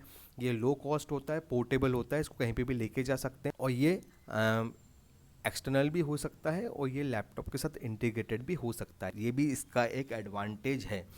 अगला जो है वो है लिमिटेशन। तो दोस्तों ये पहली लिमिटेशन में ये है कि ये लो रेजोल्यूशन होता है और इमेज क्वालिटी अच्छी नहीं होती इसकी, ये इसका पहला लिमिटेशन है। इसके अलावा दोस्तों ये रियल टाइम तक ही लिमिटेड है। मैं रियल टाइम में आपको स्ट्रीमिंग करनी है या वीडियो कॉल्स करने हैं तो आप इसका यूज़ कर सकते हैं, बस इसी के लिए ये इसकी ये लिमिटेड है। इसके अलावा आप चाहेंगे फ़ोटोग्राफ खींच लें या फिर आप इसकी फ़ोटोग्राफी कर लें तो ये यूज़ नहीं आ सकता। तो ये आपका वेब कैम्स था। अब दोस्तों अगला जो है वो है स्पेशलाइज्ड इमेजिंग डिवाइसेस। तो दोस्तों ये मैंने टॉपिक इसलिए कवर किया है क्योंकि ये भी एक इमेज कैप्चरिंग डिवाइसेस हैं। अब दोस्तों इसके अंदर मेडिकल इमेजिंग है और इंडोस्कोपिक कैमरा है, दो चीज़ें मैं आपको बताना चाहता हूँ। तो मेडिकल इमेजिंग के अंदर आते हैं MRI scanners, x-ray machines, ultrasound, CT scanners. और इंडोस्कोपिक कैमरा के अंदर आते हैं रिजिड एंड फ्लेक्सिबल कैमरास।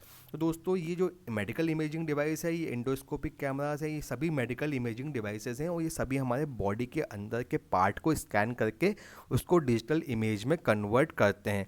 जैसे देखिए यहाँ पे साइड में एक्सरे मशीन दी हुई है, ठीक है, ये एक्सरे करने के लिए काम आती है। ये एमआरआई है, ये एमआरआई करने के काम आती है। अल्ट्रासाउंड है, अल्ट्रासाउंड करने के काम आती है। ये एंडोस्कोपिक भी इसी तरह का डिवाइस होता है। तो ये सारे हमारे मेडिकल इमेजिंग डिवाइसेस हैं जो हमारे बॉडी के अंदर के पार्ट को स्कैन करते हैं। इसके अलावा दोस्तों एक और लिया हुआ है सैटेलाइट इमेजिंग। तो देखिए यहाँ पे मैंने सैटेलाइट इमेजिंग लिया हुआ है। तो दोस्तों सैटेलाइट में जो कैमरा लगा रहता है हम उसको सैटेलाइट इमेजिंग बोलते हैं। अब दोस्तों एक कैमरा बहुत पावरफुल होता है, ये अर्थ के सरफेस को कैप्चर करता है, वेदर की मॉनिटरिंग करता है, जियो स्पेटिकल मैपिंग करता है। एग्रीकल्चर के लिए, इन्वायरमेंट के लिए, इन्वायरमेंटल मॉनिटरिंग के लिए इसका उपयोग किया जाता है। तो दोस्तों ये थे मेरे स्पेशलाइज्ड इमेजिंग डिवाइसेस।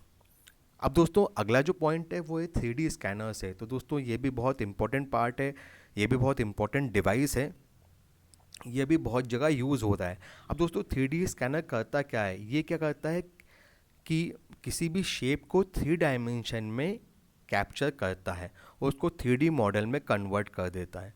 अब दोस्तों ये करता कैसे है, क्योंकि इसके अंदर लेज़र सेंसर्स लगे होते हैं, लाइट प्रोजेक्शंस लगे होते हैं जो उसकी ज्योमेट्री को समझता है। ठीक है, क्या होता है जब भी ये इमेज हम जब भी इस स्कैनर का यूज़ हम इमेज के लिए करते हैं या स्कैन करने के लिए करते हैं, तो ये क्या करता है उस ऑब्जेक्ट के ऊपर उसको प्रोजेक्ट करता है। देखिए ये प्रोजेक्शन यहाँ पे हो रहा है ब्लू लाइट में, ये प्रोजेक्शन हो रहा है। और क्या करता है, ये जो स्कैटर होते हैं पॉइंट्स एक दूसरे से दूर हो जाते हैं, पॉइंट्स जो फैल जाते हैं उनको ज्योमेट्री में कन्वर्ट करके ये इस तरह से फॉर्म कर देता है। तो ये डिजिटल इमेज में इस तरह से फॉर्म हो जाते हैं। तो दोस्तों ये 3D ऑब्जेक्ट्स को मेजर करने के लिए काम आते हैं। इसका यूज़ जो होता है वो 3D मॉडलिंग के लिए होता है और डिज़ाइन और मैन्युफैक्चरिंग के लिए यूज़ किया जाता है, जिसको हम कैड मॉडलिंग भी कहते हैं। इसका उपयोग एंटरटेनमेंट में, गेमिंग में और 3D मॉडल्स में किया जाता है, 3D मॉडल्स कन्वर्ट करने के लिए किया जाता है। अब इसका उपयोग आर्कियोलॉजी में डॉक्यूमेंट को प्रिजर्व करने के लिए भी किया जाता है। तो दोस्तों ये थे मेरे 3D स्कैनर्स। अब दोस्तों मैं आता हूँ अगले टॉपिक की तरफ जो है attribute of images in multimedia. अब दोस्तों मल्टीमीडिया में इमेजेस के एट्रीब्यूट्स क्या हैं या इमेजेस की प्रॉपर्टीज़ क्या हैं। तो दोस्तों इमेजेस की जो प्रॉपर्टी होती हैं वो ये डिसाइड करती हैं कि इमेज की क्वालिटी क्या है, उनका अपीयरेंस क्या है, उन्हें किस तरह से प्रोसेस किया जाना चाहिए। ये सारी चीज़ें इमेज के एट्रीब्यूट्स ही डिसाइड करते हैं। अब दोस्तों इमेजेस वैसे तो वेबसाइट्स में भी होती हैं, आपके ब्लॉग्स में भी होती हैं या आपके मल्टीमीडिया कंटेंट में भी होती हैं, लेकिन ये सभी जितनी इमेजेस होती हैं सबकी अपनी अपनी प्रॉपर्टीज़ होती हैं। तो सबके अपने अपने एट्रीब्यूट्स होते हैं, सबकी अपनी अपनी प्रॉपर्टीज़ होती हैं। तो दोस्तों कुछ प्रॉपर्टीज़ को मैंने यहाँ पे डिस्कस किया हुआ है। तो दोस्तों आते हैं सबसे पहली प्रॉपर्टी के ऊपर जो है इमेज साइज़। अब दोस्तों इमेज साइज़ क्या बताती है, इमेज साइज़ ये बताती है कि इमेज की विड्थ कितनी है, हाइट कितनी है। और दोस्तों इसको मेज़र करने के लिए हम पिक्सल्स में मेज़र कर सकते हैं या एक्स और वाई में मेज़र कर सकते हैं, जो सेम पिक्सल के फॉर्म में ही होता है। इसके अलावा दोस्तों इसका साइज़ जो है वो मैटर करता है। जैसे फाइल का साइज़ KB में है कि MB में है कि GB में है, जितने ज़्यादा साइज़ होगा उस पिक्चर का उतनी बड़ी हमारी वो इमेज होगी। तो दोस्तों सबसे पहली बात तो ये है कि हम इमेज को जब नापते हैं, जब हम उसको मेज़र करते हैं तो हम उसको पिक्सल साइज़ में मेज़र करते हैं। तो पिक्सल में दोस्तों आते हैं विड्थ और हाइट के ऊपर। सबसे पहले मैं इस वाले टॉपिक को डिस्कस कर रहा हूँ, विड्थ एंड हाइट के ऊपर। तो दोस्तों इसमें होता क्या है, जैसे मैंने अभी आपको बताया कि हम इमेज को जो है पिक्सल्स में मेज़र करते हैं, तो हम ये देखते हैं कि इसके विड्थ में कितने पिक्सल हैं और इसकी हाइट में कितने पिक्सल हैं, विड्थ में और हाइट में कितने कितने पिक्सल्स हैं। जैसे अगर मैं एग्जांपल की बात कहूँ तो 1920 का जो पिक्सल है वो विड्थ में और हाइट में 1080 पिक्सल्स हैं। तो ये पिक्चर जो है फुल HD क्वालिटी की है, हाई डेफिनेशन इमेज होगी ये। और दोस्तों इसका फाइल साइज़ भी बड़ा होगा। अब दोस्तों जितने पिक्सल्स ज़्यादा होंगे एक पिक्चर के अंदर उतना ही उसका फाइल साइज़ बड़ा होगा। मतलब हो सकता है वो एमबी में हो, और अगर पिक्चर आपकी छोटी होगी मतलब आपके विड्थ में पिक्सल कम होंगे और हाइट में पिक्सल कम होंगे तो आपका इमेज का साइज़ छोटा होगा। जब इमेज का साइज़ छोटा होगा तो ये जो है जो आपके स्टोरेज स्पेस है उस पर कम जगह लेगा, कम स्पेस को ऑक्यूपाई करेगा। दोस्तों इमेज साइज़ के अंदर आता है फाइल साइज़। फाइल साइज़ का मतलब होता है कि ये कितनी जगह ले रहा है स्टोरेज के ऊपर अपने आप को स्टोर करने के लिए। सेकंड जो आती है विड्थ तो हाइट, इसका मतलब होता है कि ये कितने विड्थ, इसकी विड्थ कितनी है और हाइट कितनी है, विड्थ में कितने पिक्सल रहेंगे और हाइट में कितने पिक्सल रहेंगे। तो इसके बाद जो इमेज साइज़ के अंदर आता है वो होता है कंप्रेशन। कंप्रेशन का मतलब होता है कि आपकी इमेज साइज़ का कंप्रेशन लेवल क्या है। अगर कंप्रेशन लेवल हाई होगा तो आपकी जो पिक्चर है वो उसकी क्वालिटी अच्छी नहीं होगी। कंप्रेशन लेवल अगर लो होगा तो आपकी पिक्चर क्वालिटी अच्छी होगी। जितना कंप्रेशन लेवल हाई होगा उतनी पिक्चर का इमेज का साइज़ छोटा होगा, जितना कंप्रेशन लेवल लो होगा उतने पिक्चर का साइज़ जो है वो बड़ा होगा। तो दोस्तों ये इमेज का पहला एट्रीब्यूट था जिसको हम इमेज साइज़ के नाम से जानते हैं। अब दोस्तों आते हैं अगले एट्रीब्यूट की तरफ जो है इमेज का रेजोल्यूशन, जिसको हम इमेज रेजोल्यूशन के नाम से भी जानते हैं। तो दोस्तों इमेज रेजोल्यूशन ये बताता है कि कितने पिक्सल्स उस इमेज के अंदर हैं और उसकी डिटेल को शो करता है। जितने ज़्यादा पिक्सल्स होंगे उतनी डिटेल आपकी इमेज होगी। अगर आपका इमेज रेजोल्यूशन ज़्यादा है या आपकी पिक्चर जो है हाई रेजोल्यूशन की है तो वो बिल्कुल क्लियर होगी और बिल्कुल शार्प होगी और बड़े करने पर भी वो क्लियर और शार्प दिखाई देगी। अब दोस्तों रेजोल्यूशन को DPI और PPI में मेजर किया जाता है। तो दोस्तों DPI का मतलब होता है डॉट पर इंचेस, एक इंच में कितने डॉट हैं। जितने ज़्यादा डॉट होंगे उतना डिटेल आपका प्रिंट आउट रहेगा। मतलब ये जो है डॉट पर इंचेस को आप जब यूज़ करते हो जब आपको इमेज जो है प्रिंटिंग में भेजनी होती है। जितने डॉट्स आपके इंच में रहेंगे उतनी आपकी डिटेल इमेज होगी। जैसे 300 DPI की इमेज आइडियल होती है किसी भी हाई क्वालिटी प्रिंटिंग के लिए, और जो 72 DPI की 72 DPI की इमेज होती है 72 DPI की इमेज आइडियल होती है वेब के लिए, जो आसानी से अपलोड और डाउनलोड हो सकती है। तो दोस्तों ये था DPI, मतलब एक तो रेजोल्यूशन हो गया DPI के अंदर, दूसरा जो है वो है PPI, पिक्सल पर इंच, एक इंच में कितने पिक्सल होंगे। अब दोस्तों एक इंच में जितने ज़्यादा पिक्सल्स होंगे उतनी ही शार्प आपकी इमेज रहेगी। अब दोस्तों जो लो रेजोल्यूशन की इमेज होती है उसमें जो विड्थ तो हाइट होती है उसमें जितने पिक्सल्स होते हैं वो कम होते हैं, इसलिए उसको लो रेजोल्यूशन की इमेज बोला जाता है। और जब भी उसको आप बड़ा करते हो, एलेबोरेट करते हो, तो आपको जो इमेज वो है वो ब्लर्ड दिखाई देती है, आपकी इमेज ब्लर हो जाती है क्योंकि पिक्सल्स को आप उसको बोलते हो पिक्सल्स फट जाना। दोस्तों पिक्सल एक्चुअली फटते नहीं है, उसका रेजोल्यूशन लो होता है। इसलिए क्या होता है उतने इंच में उतने ही पिक्सल हैं। अगर आप इमेज को बड़ा करके देख रहे हो तो वो इमेज आपको फैले हुए दिखते हैं, जिसका मतलब होता है, जिसको आप बोलते हो कि आपके पिक्सल्स फट गए। पर अगर वहीं पे इमेज अगर आपकी हाई रेजोल्यूशन होगी उतने ही इंच में जित पिक्सल्स ज़्यादा होंगे तो आप जब इमेज को बड़ा करके देखोगे तब भी आपको इमेज पे कोई असर नहीं दिखेगा। तो ये आपकी हाई रेजोल्यूशन इमेजेस होती हैं। अब दोस्तों जितनी हाई रेजोल्यूशन की इमेज होगी उतने ज़्यादा पिक्सल्स होंगे और उतना साइज़ उसका ज़्यादा होगा।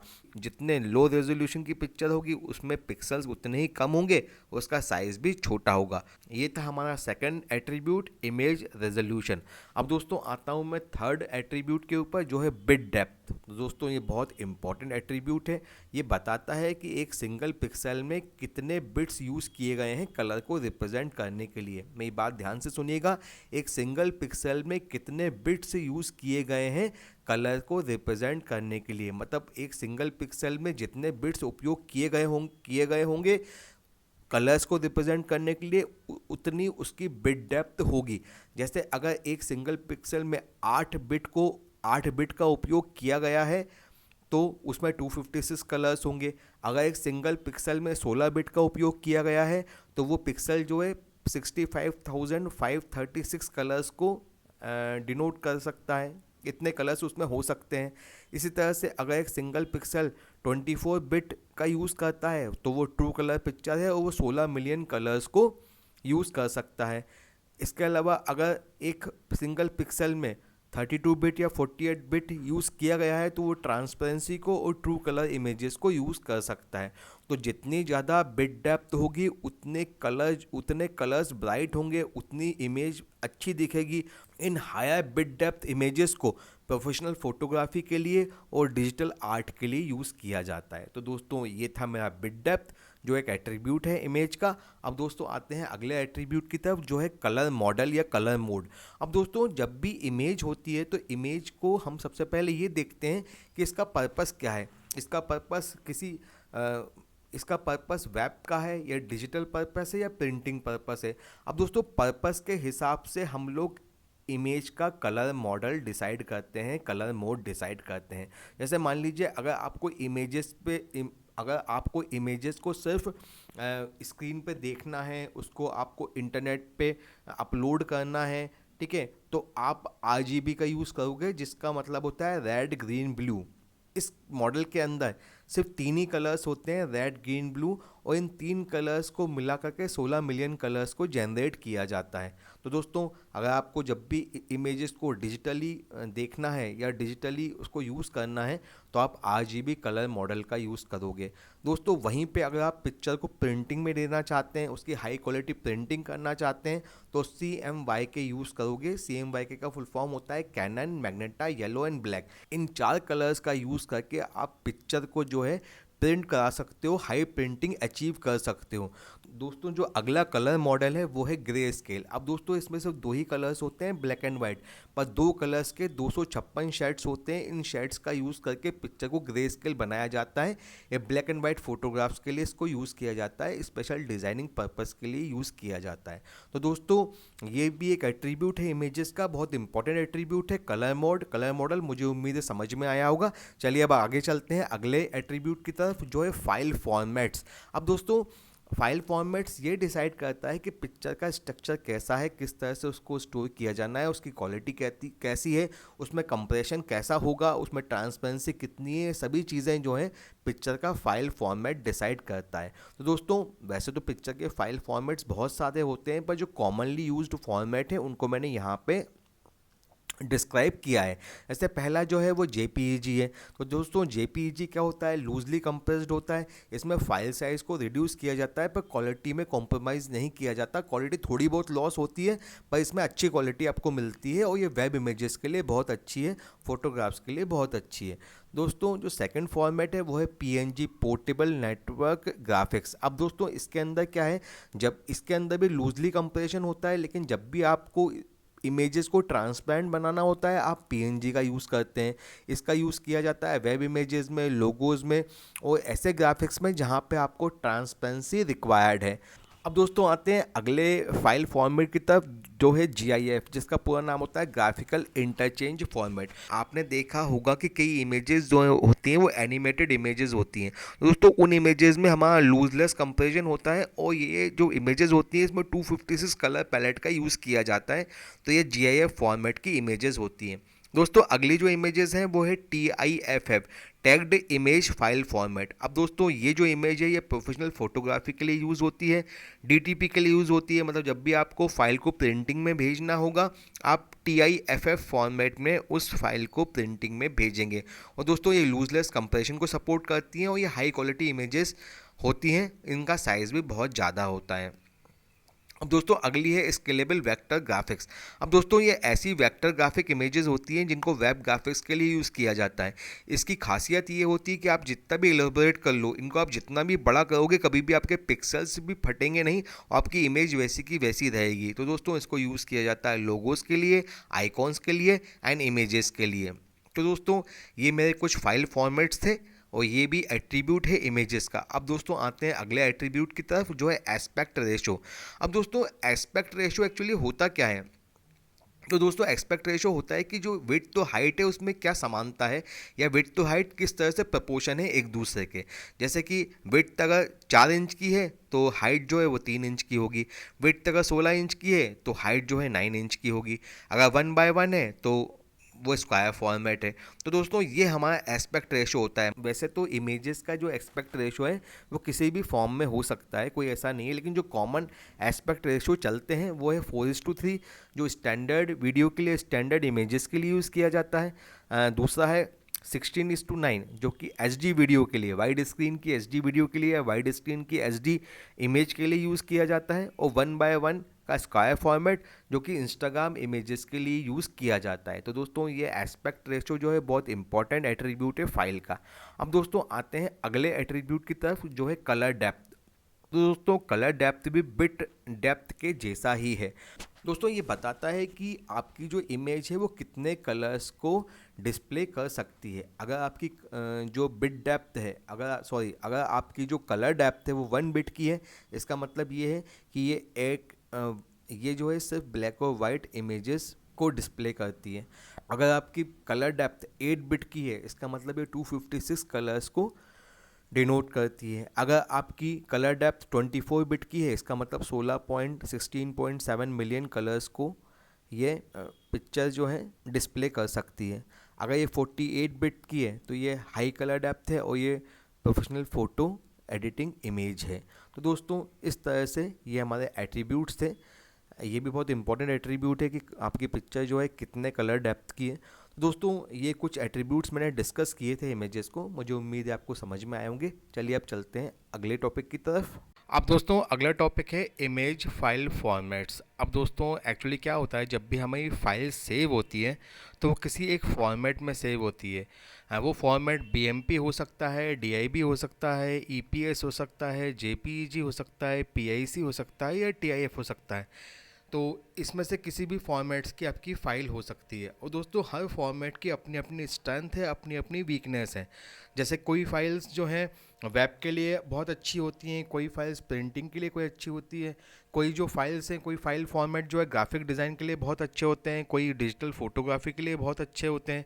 इस तरह से हर फाइल फॉर्मेट की अपनी एक एडवांटेज है, अपना एक डिसएडवांटेज है। तो दोस्तों आइए हम इन फाइल फॉर्मेट्स को डिटेल में डिस्कस करते हैं। अब दोस्तों मैं आता हूँ पहले एक्सटेंशन की तरफ, जो है बिटमैप। तो दोस्तों बिटमैप जिस भी फाइल का एक्सटेंशन होगा, जिस भी फाइल का फॉर्मेट होगा उसका एक्सटेंशन .bmp होगा।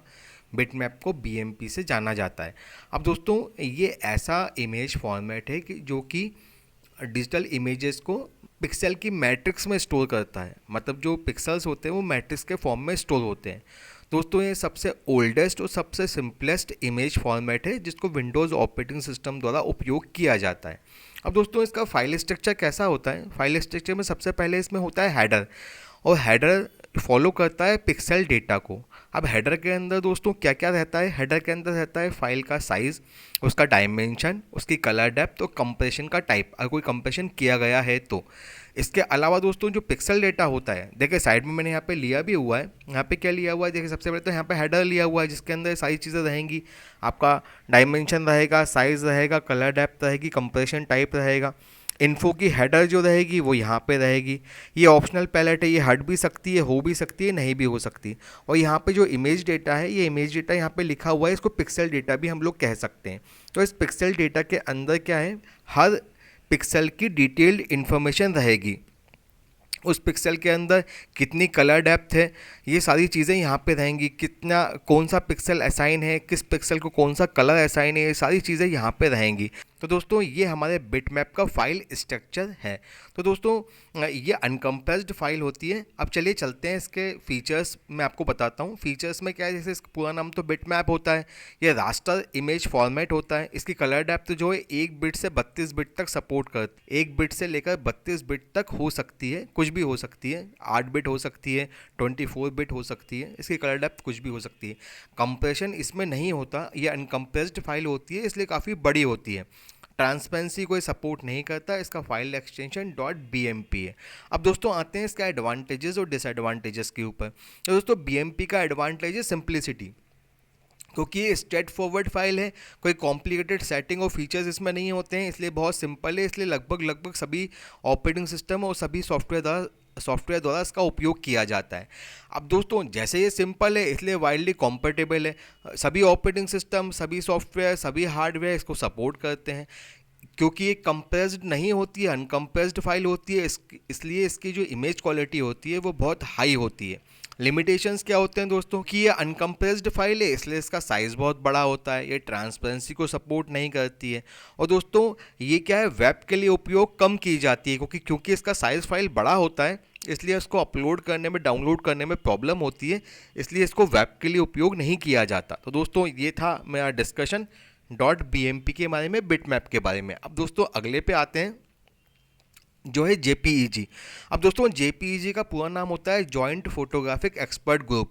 दोस्तों ये सबसे ज़्यादा उपयोग में आने वाला फाइल फॉर्मेट है, इसको डिजिटल फोटोग्राफ्स में और इमेजेस में उपयोग किया जाता है। तो ये लूजली कंप्रेशन फाइल होती है, इसका जो फाइल का कंप्रेशन होता है वो लूजली कंप्रेस्ड होता है। और दोस्तों कंप्रेशन ऐसे इस तरह से किया जाता है कि आपकी इमेज की क्वालिटी में कोई फ़र्क ना पड़े।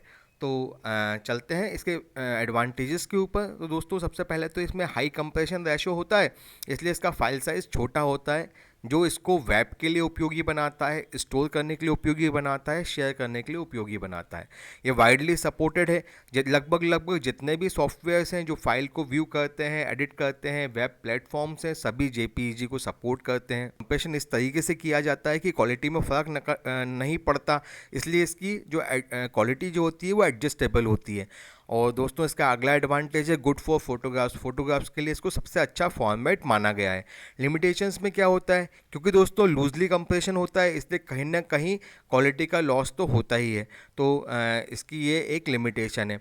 टेक्स्ट और ग्राफिक्स के लिए आइडियल नहीं है, ये ट्रांसपेरेंसी को सपोर्ट नहीं करती, ये इसका अगला लिमिटेशन है। ये था हमारा JPEG का डिस्कशन। अब दोस्तों आते हैं अगले फाइल फॉर्मेट के ऊपर जो है DIB, जिसको हम डिवाइस इंडिपेंडेंट बिटमैप भी बोलते हैं। अब दोस्तों एक्चुअली BMP और DIB लगभग सिमिलर है, ये दोनों एक दूसरे की जगह उपयोग किए जा सकते हैं। DIB में क्या होता है, सिर्फ ओनली पिक्सल का डेटा होता है, कोई दूसरी इन्फॉर्मेशन नहीं होती। जैसे आपने देखा होगा, अभी मैंने BMP ऐप से डिस्कस किया, तो BMP का फाइल फॉर्मेट क्या होता है, एक हेडर होता है, उसके नीचे उसका पिक्सल डेटा होता है। लेकिन DIB फाइल के अंदर सिर्फ ओनली पिक्सल का डेटा होता है, हेडर नहीं होता। DIB का जो फॉर्मेट है दोस्तों वो बिटमैप इमेज को स्टोर करने के लिए किया जाता है, और इसलिए किया जाता है कि वो हार्डवेयर और डिवाइसेस को सपोर्ट कर सके, या हार्डवेयर और डिवाइसेस से इंडिपेंडेंट रहे। अभी एक्चुअली होता क्या है, जो बिटमैप का हेडर होता है उसमें सारी इन्फॉर्मेशन होती है कि विड्थ क्या है, हाइट क्या है, क्या सपोर्ट करेगा किस। तो दोस्तों ये सारी चीज़ें हटा दी जाती हैं, सिर्फ ओनली पिक्सल का डेटा वहाँ पे स्टोर किया जाता है, जिससे क्या होता है वो हार्डवेयर इंडिपेंडेंट हो जाती है और किसी भी हार्डवेयर को सपोर्ट करती है। इसलिए कभी कभी इसको रॉ पिक्सल डेटा भी कहा जाता है, क्योंकि ये जो रॉ पिक्सल डेटा है, क्योंकि BMP के अंदर जो हेडर होता है वो तो गायब हो चुका होता है, सिर्फ ओनली पिक्सल का डेटा अवेलेबल है, और ये पिक्सल का डेटा निकाला जाता है BMP से, इसलिए इसको रॉ पिक्सल डेटा फाइल भी कहा जाता है। तो दोस्तों ये था मेरा DIB का जो था डिस्कशन। अब दोस्तों आते हैं इसके फाइल स्ट्रक्चर के ऊपर। अब दोस्तों मैंने आपको पहले ही बताया था, क्योंकि DIB के अंदर क्या होता है, हेडर तो होता नहीं है, सिर्फ पिक्सल की इन्फॉर्मेशन होती है, जो इमेज की विड्थ, हाइट, कलर, डेप्थ सभी को रखती है। तो ये जो DIB फाइल्स हैं इसके अंदर सिर्फ पिक्सल का डेटा होता है। दोस्तों इसके अंदर डिवाइस की इन्फॉर्मेशन नहीं होती है, जिस एनवायरनमेंट में वो खुलने वाला है उसकी इन्फॉर्मेशन नहीं होती, जो इसको BMP से अलग बनाता है। अब जब इसके अंदर डिवाइस की इन्फॉर्मेशन नहीं होती, इन्वायरमेंट की इन्फॉर्मेशन नहीं होती, तो ये डिवाइस इंडिपेंडेंट बन जाता है। तो दोस्तों अब आते हैं इसके एडवांटेजेस और डिसएडवांटेजेस के ऊपर। अब दोस्तों सबसे पहले मैं डिस्कस करता हूँ इसके फीचर्स के बारे में। इसका पूरा नाम है डिवाइस इंडिपेंडेंट बिटमैप। ये रास्टर इमेज होती है, ये भी 1 बिट से 32 बिट तक सपोर्ट करती है कलर डेप्थ को। कंप्रेशन ये भी अनकम्प्रेस्ड फाइल होती है, ट्रांसपेरेंसी को सपोर्ट नहीं करती, और इसका एक्सटेंशन .DIB होता है। अब इसका पहला एडवांटेज है डिवाइस इंडिपेंडेंट, किसी भी डिवाइस में खुल जाती है, इसलिए डिवाइस इंडिपेंडेंट फाइल है। इमेज क्वालिटी इसकी BMP जैसी होती है, हाई क्वालिटी इमेजेस होती हैं, कंप्रेशन इसमें नहीं होता है, ये विंडोज़ के कॉम्पेटेबल है। दोस्तों अब आते हैं लिमिटेशंस के ऊपर। अब क्योंकि दोस्तों पहला जो लिमिटेशन है वो है लार्ज फाइल साइज़। अब दोस्तों हम जानते हैं कि जो बीएमपी फाइल है उससे ही डीआईबी एक्सट्रैक्ट हुई है, इसलिए ये अनकम्प्रेस्ड फाइल होती है, इसलिए इसका फाइल का साइज़ काफ़ी बड़ा होता है। ये भी ट्रांसपेरेंसी को सपोर्ट नहीं करती और लार्ज फाइल के चलते ये वेब के लिए उपयोगी नहीं है। तो दोस्तों ये था हमारा डिस्कशन डीआईबी के बारे में, डिवाइस इंडिपेंडेंट बिटमैप के बारे में। अब चलते हैं अगले फाइल एक्सटेंशन की तरफ। अब दोस्तों ये एक जेनरिक फाइल एक्सटेंशन है जो कि विभिन्न ग्राफिक्स एप्लीकेशंस और सिस्टम्स द्वारा उपयोग किया जाता है डिजिटल इमेजेस को स्टोर करने के लिए। दोस्तों इसका जो फॉर्मेट है वो डिपेंड करता है प्रोग्राम और इन्वायरमेंट के ऊपर। मतलब इसका कोई एक फॉर्मेट नहीं है, ये फॉर्मेट इन्वायरमेंट और प्रोग्राम के हिसाब से बदलता रहता है। दोस्तों जिसका फॉर्मेट है वो कुछ स्पेसिफिक फॉर्मेट नहीं है, ये प्रोग्राम और इन्वायरमेंट के हिसाब से बदलता रहता है। या तो ये वेक्टर को सपोर्ट करता है या रास्टर को सपोर्ट करता है, डिपेंड करता है उसके ओरिजिन के ऊपर जहाँ से ये क्रिएट किया गया है। ये वेक्टर ग्राफिक्स में ज्योमेट्रिकल शेप्स को, लाइंस को, टेक्स्ट को सपोर्ट करता है और रास्टर ग्राफिक्स में पिक्सल बेस्ड इमेजेस को सपोर्ट करता है। कुछ पीआईसी फाइल्स जो हैं बेसिक कंप्रेशन और इनकोडिंग मेथड का उपयोग करती हैं, कुछ नहीं भी करती।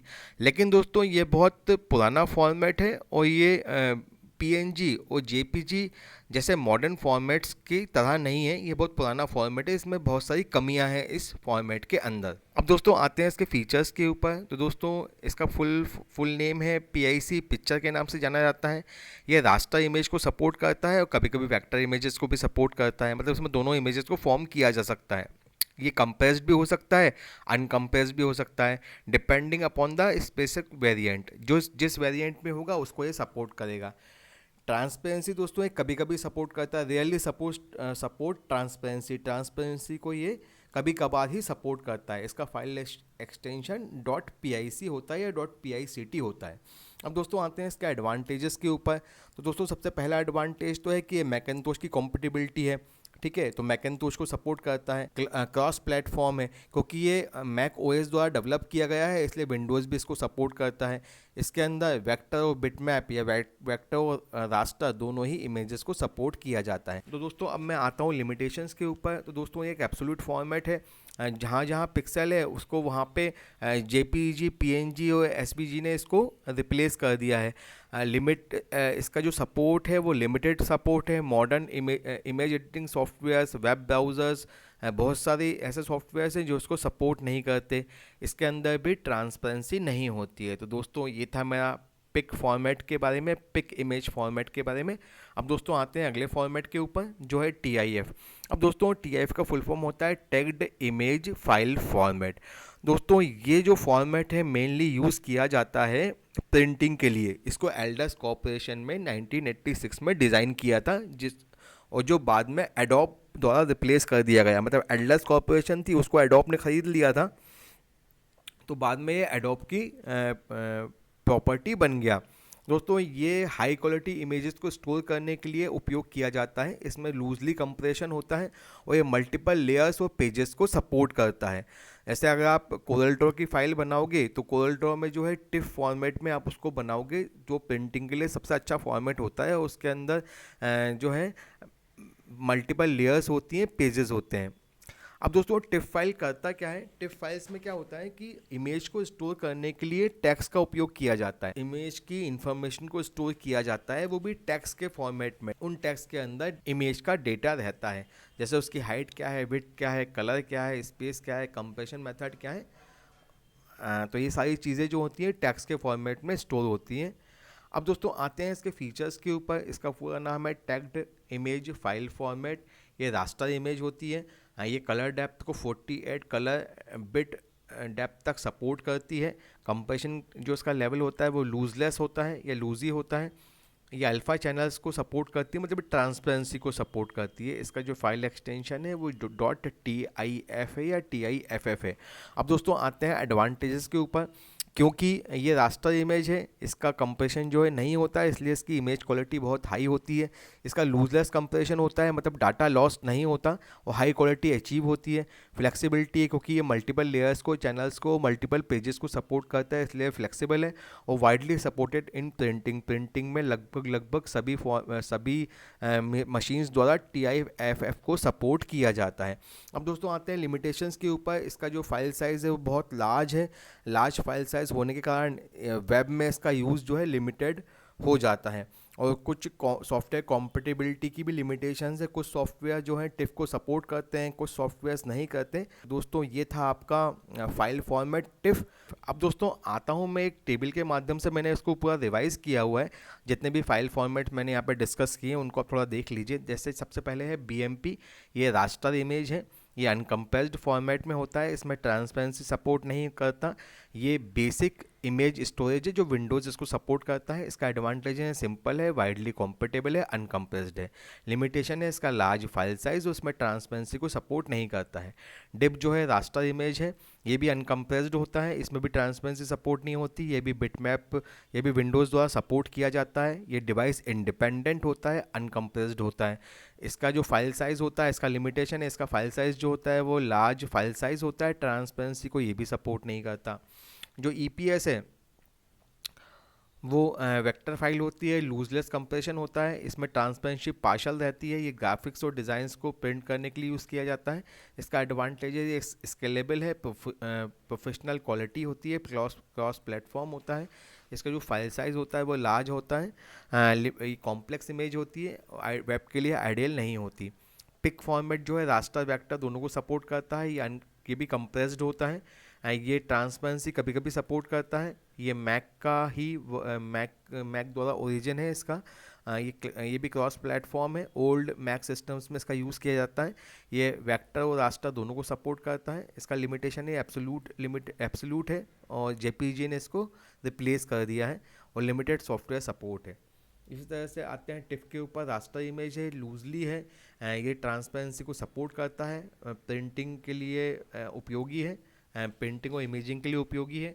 एडवांटेजेस में हाई क्वालिटी है, लेयर्स को सपोर्ट करता है, लूजली कंप्रेशन है। इसका लिमिटेशन है कि इसकी लार्ज फाइल साइज़ है और ये वेब के लिए फ्रेंडली नहीं है। तो दोस्तों ये एक डिस्कशन था, एक डिफरेंस था फाइल फॉर्मेट्स के बीच में। चलिए अब आगे चलते हैं। तो दोस्तों यहाँ मेरा जो यूनिट नंबर 3 है वो ख़त्म होता है। दोस्तों अगर वीडियो आपको पसंद आई हो तो प्लीज़ लाइक, कमेंट और शेयर ज़रूर करें, और प्लीज़ चैनल को सब्सक्राइब करना ना भूलें। तो चलिए दोस्तों मिलते हैं आपसे अगले वीडियो में। जब तक वंदे मातरम, जय हिंद।